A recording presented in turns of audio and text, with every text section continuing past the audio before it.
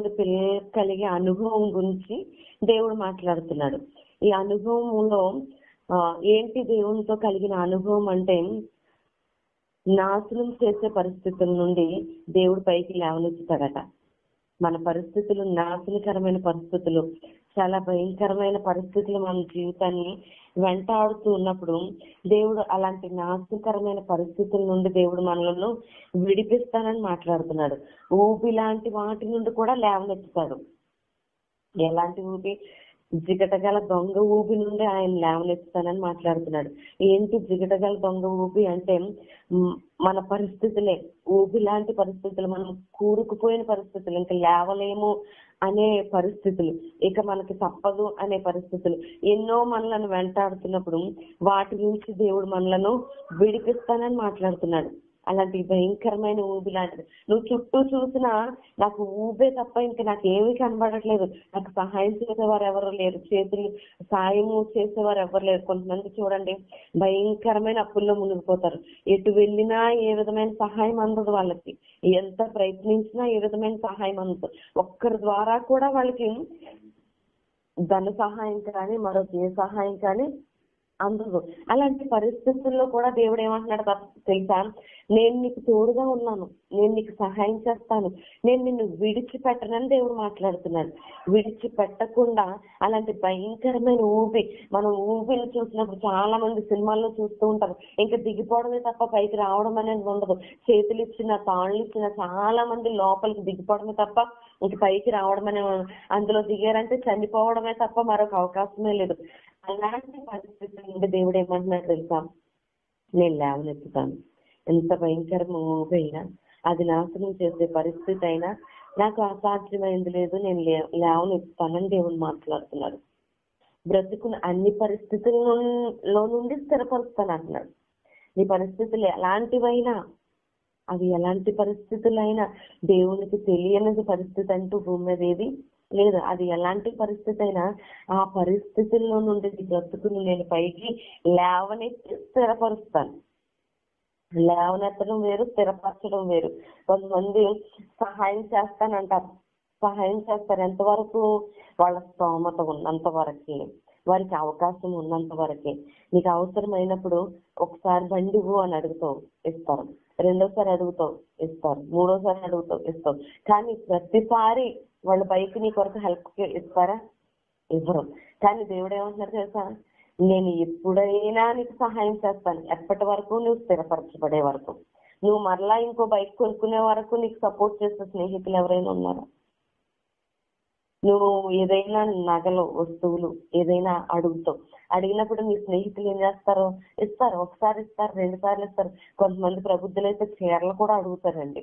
ఆ చీరలు కట్టుకుని ఒక 2-3 సార్లు అటు ఇటు తిరిగిన తర్వాత వెళ్ళేమంటారంటే, నాకు చీర పాడు చేసేసింది, నా బంగారం పాడు చేసేసింది, నా బైక్ పాడు చేసేసింది, నా ఇల్లు పాడు చేసేసింది.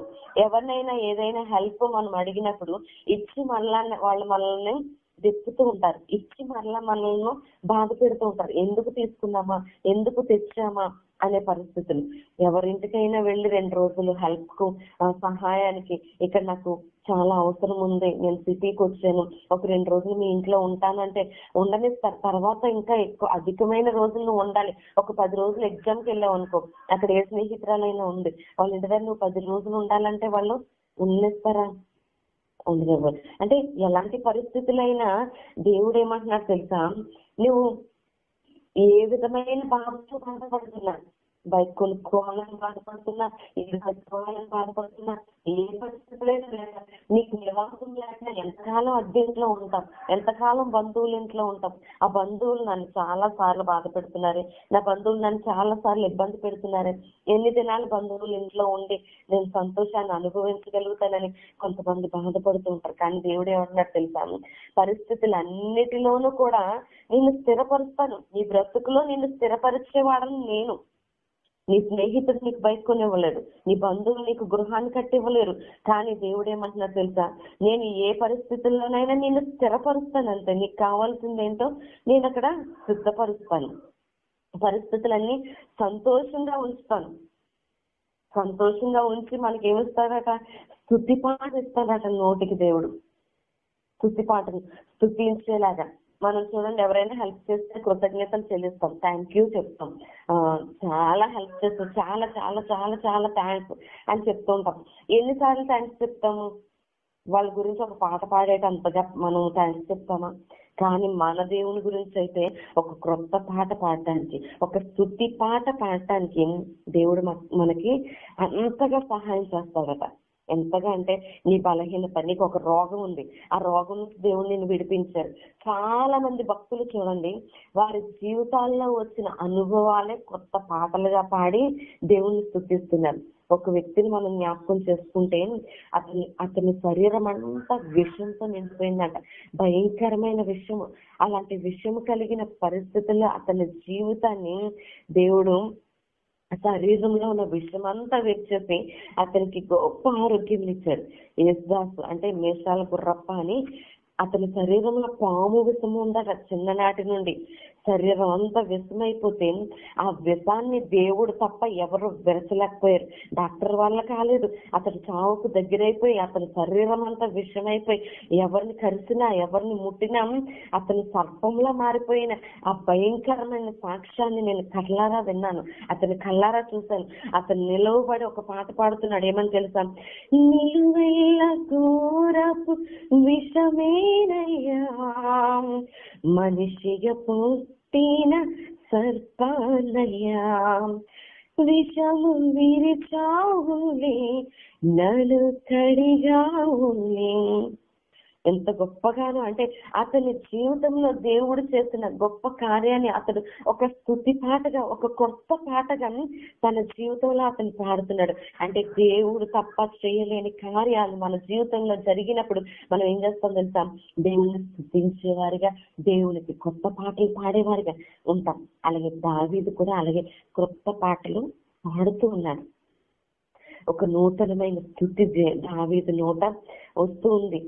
ఆయన పాడుతూ ఉన్నప్పుడు దేవుడు కూడా ఎంతో ఆనందిస్తున్నాడు. నీకు కూడా చాలా సందర్భాల్లో కొత్త పాటలు వస్తున్నాయా? లేకపోతే చాలా సందర్భాల్లో ఆనందంతో నువ్వు పాటలు పాడుతున్నావా? నేను కూడా చాలా సందర్భాల్లో పాడుతూ ఉంటాను. నేను ఒంటరి దాన్ని కాదయ్యా, నా తోడు నువ్వు ఉన్నావు ప్రభా. నేను ఒంటరిగా ఉన్న సందర్భంలో, నాకు భయం వేసిన సందర్భాల్లో పాడుతూ ఉంటాం కదా మనం. నా పక్కనే నువ్వు ఉన్నావు కదా ప్రభా. మనకి బాధ కలిగిన సందర్భాల్లో కూడా మనం పాడుతూ ఉంటాం, నా పక్కనే నువ్వు ఉన్నావు, నా తోడు నువ్వు ఉన్నావు, నువ్వు లేకపోతే నేను లేను అనే పరిస్థితుల్లో చాలా సందర్భాల్లో మనము స్తుతి పాటలు పాడుతూ దేవుని మహిమపరుస్తూ దేవుని మీద నమ్మకము ఉంచుకుంటూ ఉంటాం. అబద్ధం ఆడేవారిని అనుసరించిన దేవుని మీద నమ్మకం ఉంచుకున్న వారు ధన్యులని కీర్తన భక్తులు మాట్లాడుతున్నాడు. చాలా మంది అబద్ధాలు ఆడేవారిని నమ్ముతూ ఉంటారండి లోకంలో. అబద్ధాలు చెప్పేవారంటే చాలా ఇష్టం, ఎందుకంటే అవి చాలా తీపిగా ఉంటాయి. ఆ అబద్ధ మాటలు తీపిగా ఉంటాయి కాబట్టి అవే నమ్ముతూ ఉంటూ వారి చుట్టూ తిరుగుతూనే ఉంటారు. నేను ఎందుకురా ఏదైనా రాజకీయ నాయకుడికి వెళ్ళాక, నేను గెలవగానే నీకు మంచి ఇల్లు కట్టించేస్తాను, లేకపోతే నీకు ఉద్యోగం ఇచ్చేస్తాను, ఏమైనా ఉద్యోగాలు వస్తే నీకేదా ముందేస్తానని తీపి తీపి మాటలు చెప్పే రాజకీయ నాయకులు నువ్వు నమ్ముతూ ఉంటావు. కానీ శక్తిమంతుడైన దేవుడు, అసాధ్యము కాకుండా సుసాధ్యము చేయగలిగిన దేవుడు, దేవుడు తప్ప చేయలేనిదేది లేదని నీకు ఎరిగి ఉన్నా సరే దేవుణ్ణి నువ్వు ఆశ్రయించు. ఎందుకంటే అబద్ధాలు ఆడుతూ కళ్ళబుల్లి మాటలు చెప్తూ తీపి కబుర్లు చెప్తూ కళ్ళ ముందే తిరుగుతున్నారు కనుక వీళ్ళు చేసేస్తారు, వీళ్ళు జరిగించేస్తారు అనే ఒక ఆలోచనతో నువ్వు బ్రతుకుతూ ఉంటావు. కానీ దేవుడు ఏం చెప్తున్నాడు తెలుసా? అలాంటి వారిని నమ్మొద్దు, నా మీద ఆధారపడిన వారు ధన్యులు. నిజంగా నువ్వు దేవుని పైన ఆధారపడుతున్నావా? వారి పట్ల దేవుడు ఏం చేస్తాడట? ఆశ్చర్యమైన కార్యం చేస్తాడు. ఏం కార్యాలు చేస్తాడు? ఆశ్చర్యమైన కార్యం. ఆశ్చర్యం అంటే ఎంత అబ్బురపడతాం, నిజంగా నాకేనా కలిగింది ఇది, నేనైనా ఎంత గొప్ప ఉద్యోగంలో ఉన్నాను, నేనైనా ఎంత సంతోషకరమైన పరిస్థితుల్లో ఉన్నాను, నాకేనా ఇది జరిగిందని ఆశ్చర్యపడే పరిస్థితుల్లో దేవుడు నీకు అలాంటి భవిష్యత్తును ఇవ్వబోతున్నాడు. అలాంటి వారి పట్ల దేవుని తలంపులట విస్తారంగా ఉన్నాయి. ఎవరి పట్ల? దేవుని మీద నమ్మకం ఉంచిన వారి పట్ల ఆయన తలంపులు చాలా విస్తారంగా ఉన్నాయి. నువ్వు దేవుణ్ణి నమ్ముతున్నావు, ఇంకెవ్వరి మీద ఆలోచన పెట్టుకోలేదు, ఇంకెవ్వరిని నమ్మట్లేదు, ఎవరి దగ్గరికి వెళ్ళట్లేదు, ఎవరి దగ్గర చేతులు చాచట్లేదు, ఎవరి దగ్గర నీ ఆలోచన పంచుకోవట్లేదు, దేవుని పాదాల దగ్గర మాత్రమే నీ ఆలోచన పంచుకుంటున్నప్పుడు దేవుడు ఏం చేస్తాడు తెలుసా? ఆయన విస్తారమైన తలంపుల చేత నిన్ను ఆశీర్వదించాలనుకుంటున్నాడు. ఆయన నీకు తోడుగా ఉండాలనుకుంటున్నాడు. దేవుని ఇష్టాన్ని నెరవేర్చడమే మనకు సంతోషం. కొన్ని సందర్భాల్లో దేవుని ఇష్టాన్ని నెరవేర్చడం మనకు సంతోషంగా మార్చుకోవాలి. దేవుని ఇష్టం ఏంటి అంటే సువార్త ప్రకటించడం, ప్రార్థన చేయటం, దేవునికి ఇష్టమైన పని, ఆయనకి ఇష్టమైన పని చేయడానికి మనం ఇష్టపడినప్పుడు దేవుడు ఖచ్చితంగా కూడా దేవుని కొరకు నువ్వు నిలబడితే, దేవుని కొరకు నువ్వు నిలబడాలి, ఆయనకి సంతోషించే పనులు చేయాలి. ఇతరులకు సువార్త ప్రకటించడం, మోకరించి ప్రార్థన చేయడం, బైబిల్ ధ్యానం చేయడము, ఇతరులతో మాట్లాడేటప్పుడు మరి అలా కళ్ళబుల్లి కబుర్లు చెప్పుకుంటూ సమయాన్ని వ్యర్థపరచడం కాదు, కానీ దేవునికి ఏది ఇష్టమో నువ్వు ఎరిగి ఉండి అది చేస్తే దేవుని ప్రణాళిక విస్తారంగా నీ పైన ఉంది. ఎంత దేవునితో సాగుతూ ఉంటావో. కొన్ని సందర్భాల్లో చాలా మంది ప్రతిదినము ప్రార్థన చేస్తూ ఉన్నామండి, ప్రతిదినము మోకరిస్తూ ఉన్నామండి, ప్రతి వారం మందిరానికి వెళ్తున్నామండి, దేవుని పరిచర్య అంటే చేస్తున్నామండి, కానుకలు అంటే ఇస్తున్నామండి. దేవునితో నేను ఏ విషయంలోనూ వెనకకు వెళ్ళలేదు అని అనుకున్న ప్రజలు చాలా మంది వారి జీవితంలో కలిగే ఒక ప్రశ్న ఏంటంటే, అనేక ఆపదలు కలుగుతున్నాయండి, నాకు ఎన్నో లెక్క పెట్టలేని కష్టాలు వస్తున్నాయి, ఎన్నో బాధలు వస్తున్నాయి అని అనుకుంటూ ఉంటారు. దేవునితో సహవాసం చేసే మనుషులకు ఆపదలు కలిగినా సరే దేవుడు సహాయం చేయక మానడట. దేవుడు తప్పనిసరిగా సహాయం చేస్తాడు. ఆయన సహాయం నువ్వు వేడుకుంటే నిన్ను నాశనం చేయాలనే ఆలోచనలు, నిన్ను సగ్గుపరచాలనే ఆలోచనలు, నిన్ను అవమానం పాలు చేయాలనే ఆలోచనలు ఎవరికైతే ఉంటాయో వాటి నుండి దేవుడు నిన్ను విడిపిస్తాడు. ఎవరి ముందు నువ్వు సిగ్గుపాలవుతున్నావు అని అనుకుంటున్నావు, ఎవరి ముందు అయ్యో నేను దేవుని ఉన్నాను కదా, దేవుని తెలుసుకుని ఉన్నాను కదా, వీరు నన్ను సిగ్గుపరుస్తారేమో, వీరు నన్ను అవమానపరుస్తారేమో, ఇప్పటికే చాలా సార్లు అవమానపరిచారే, ఇప్పటికే చాలా సార్లు నిందించారే, ఇప్పటికే చాలా సార్లు నన్ను చూసి ఆహా ఆహా నవ్వేరే, అయ్యో ఏంటి నా పరిస్థితి, నేను సిగ్గుపాలైపోతున్నానని నువ్వు అనుకుంటున్నావేమో, కానీ దేవుడైతే సహాయం చేయక తప్పక మానకుండా సహాయం చేసే దేవుడై ఉన్నాడు. నీ పక్షాన్ని తప్పక సహాయం చేస్తాడట. నువ్వు అనుకుంటున్నావా నేను సిగ్గుపాలైపోయాను, నవ్వుల పాలైపోయాను, అవమాన పాలైపోయాను, ఏమి బాధపడాల్సిన అవసరం లేదు. దేవుడు తప్పనిసరిగా నీకు సహాయం చేస్తాడు. ఏ పరిస్థితుల్లో నువ్వు ఉన్నా నీ అక్కరేంటో ఆయనకు తెలుసు, నీ అవసరత ఏంటో ఆయనకు తెలుసు. ఆయనకు మరుగైనది ఏది లేదు. అయ్యో నేను మోకరించి చెప్పలేదైనా అవసరత దేవునికి అని అనుకోవద్దు. ఆయన చూస్తున్న దేవుడు. హాగరుకు అరణ్యంలో హాగరు మోకరించి ప్రార్థన చేస్తుందా? లేదు. ఆ అరణ్యంలో ఏడుస్తూ ఉంది. ఆ ఏడుపు వింటూ ఉన్నాడు. ఒకవేళ నువ్వు ఈ సందర్భంలో ఏడుస్తూ ఉన్నావేమో, నీ కుటుంబ పరిస్థితిని బట్టి, ఒకవేళ నువ్వు సిగ్గుపాలై అవమాన పాలై ఏడుస్తున్నావేమో, ఆ దిక్కుతోచిన పరిస్థితుల్లో ఏడుస్తున్నావేమో, నవ్వుల పాలై ఏడుస్తున్నావేమో, ఎట్టి పరిస్థితుల్లో నువ్వు ఏడవద్దు. ఎందుకంటే ఆయన నిన్ను చూచుచున్న దేవుడై ఉన్నాడు. ఆయన నీ పరిస్థితిని చూచుచున్న దేవుడై ఉన్నాడు. నీ స్థితిగతులను ఎరిగి ఉన్న దేవుడై ఉన్నాడు. నీ అక్కరేంటో, నీ అవసరత ఏంటో తెలిసి ఉన్న దేవుడై ఉన్నాడు. నేను చాలా సందర్భాలు ఈ అనుభవాన్ని అనుభవించి ఉన్నాను. నా అవసరత, ఇంట్లో ఏదైనా అవసరత అనుకునేటప్పటికి దేవుడు వాటిని వెంటనే తీరుస్తూ నా ఇంటి వంటగదిని నింపుతూ ఉన్నాడు. నా బీరువాన్ని నింపుతూ ఉన్నాడు. అంటే సమృద్ధినిస్తూ ఉన్నాడు.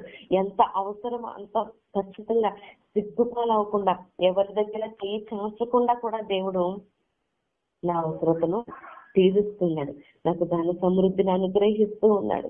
ఎన్నడూ సిగ్గుపాలు అవ్వలేదు. అయ్యో ఈ సమయంలో ఎవరైనా వస్తారేమో, ఎవరైనా నవ్వుల పాలు చేస్తారేమో, నేను ఈ సమయానికి కట్టాలి కదా, నేను ఈ సమయానికి వాళ్ళు అడిగిన వెంటనే ఇవ్వాలి కదా, అన్న సందర్భంలో కూడా నిన్ను నవ్వులు పాలు చేయకుండా తల ఎత్తుకునేవారిగా చేసేవాడే మన ఆశ్చర్యకరుడైన దేవుడు. ఏ రీతిని వస్తుందో తెలియదు, ఎలా వస్తుందో తెలియదు, కానీ దేవుడు మనకు సమృద్ధిని ఇచ్చే దేవుడు. ఇంటిలో నీకు కొరత ఉందా? ఇంటిలో నీకు సమృద్ధి లేకుండా ఉందా? ఆ టైంలోనే బంధువులు వచ్చారా? అయ్యో నువ్వు సిగ్గుపల్లవుతావా? అలాంటి పరిస్థితి ఏమీ అక్కర్లేదు. ఏసైకు మొర పెట్టగానే ఆయన నీకు సమృద్ధిని ఇవ్వబోతున్నాడు. నీ వంట గదిని నింపబోతున్నాడు, నీ ధనాగారము నింపబోతున్నాడు. ఆయన ఎన్నడూ తలగా ఉంచేవాడే కానీ తోకగా ఉంచే దేవుడు కాదు. మన దేవుడు ఆలోచిస్తున్నాడు, తప్పక మన కొరకే ఆలోచిస్తున్నాడు. ఆలస్యం చేయకుండా తప్పక జవాబిస్తూ ఉన్నాడు ఆయన. నువ్వు ప్రార్థించిన వెంటనే జవాబిస్తున్నాడు. 1 పేతురు 5:7 ఉంటది కదా, ఆయన మిమ్మల్ని గూర్చి చింతించుచున్నాడు గనుక మీ చింత యావత్తు ఆయన మీద వేయండి. మనకు కలిగిన చింత యావత్తు ఆయన మీద వేస్తే ఆయన మనల్ని లక్ష్యం చేసి మన చింతలన్నీ పక్కన పెట్టేసి ఆయన మన భారమును ఆయన భుజముల మీద వేసుకొని మనలను సహాయం చేయడానికి, జవాబు ఇవ్వడానికి ఆయన సిద్ధంగా ఉన్నాడు. ప్రియ దేవుని బిడ్డ, ఒకవేళ నువ్వు ఏ విషయంలోనైనా చింతపడుతున్నావా, ఆలోచిస్తూ ఉన్నావా, వేదన చెందుతూ ఉన్నావా, అయితే దేవుని పక్షాన ఉన్నాడు, నీకు సహాయం చేయడానికి సిద్ధపడుతున్నాడు. ఈ మధ్యకాల సమయంలో దేవుడు మనతో మాట్లాడుతున్నాడు. ఆయన అన్ని సందర్భాల్లో కూడా నిన్ను చూస్తూ ఉన్నాడు. నిన్ను సంతోషపరిచే స్థితిలోనికి, ఒక క్రొత్త కీర్తన పాడే స్థితిలోనికి. దావీదు అలాగనే ఎన్నో కీర్తనలు రాశాడు, ఎన్నో పాటలు, దావీదు కీర్తనలు ఎన్నో అతని అనుభవం నుండి ఉన్నాయి. ఈ దినాన్ని ఒక రత్నం లాంటి కీర్తనలు మనము ధ్యానం చేస్తాం.